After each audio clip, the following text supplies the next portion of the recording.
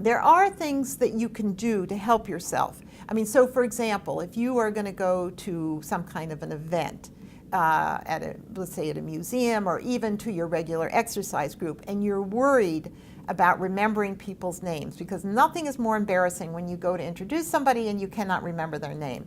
One of the things you can do is, before you go to the event, just say to yourself the names of the people who you think might be there.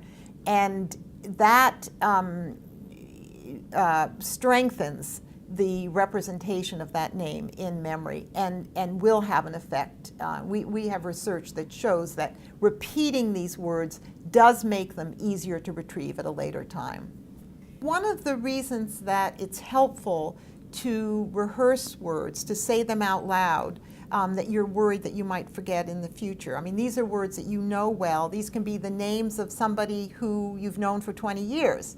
And you might be afraid of forgetting her name when you see her in a couple of hours at some event. It helps to repeat it aloud a few times.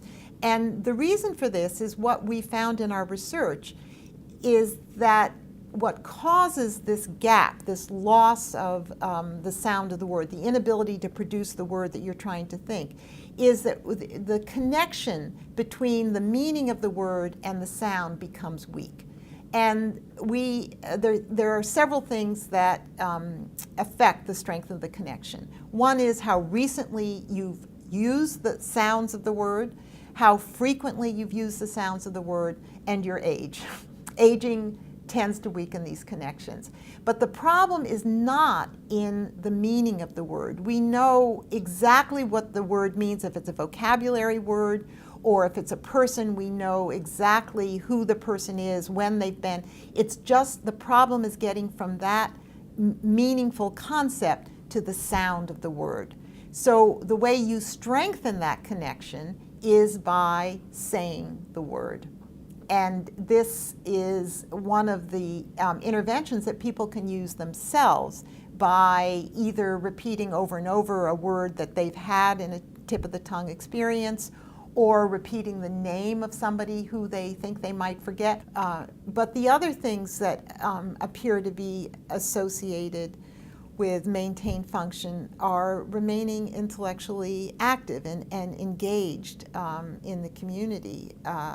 People who, for example, in their spare time, instead of playing bingo, will play something like Scrabble or Bridge, which really taxes memory, so that you are developing strategies to remember vocabulary words in the case of Scrabble, or to remember cards that have been played, and so on. And all of that appears to help maintain the functions.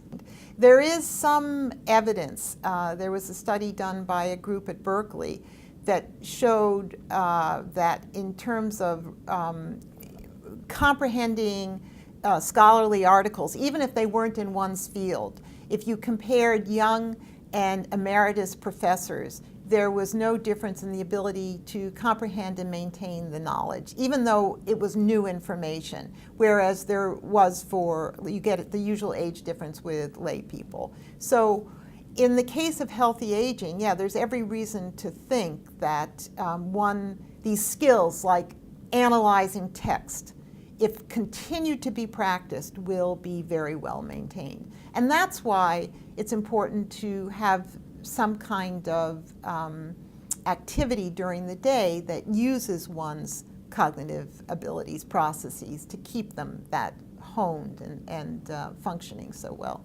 There was an article in Science recently, which is a very prestigious journal, that reported some results that suggested that when, these were young people they did the research with, that when they felt something was saved on their computer, they didn't remember it. But if they felt it was erased, then they did remember it.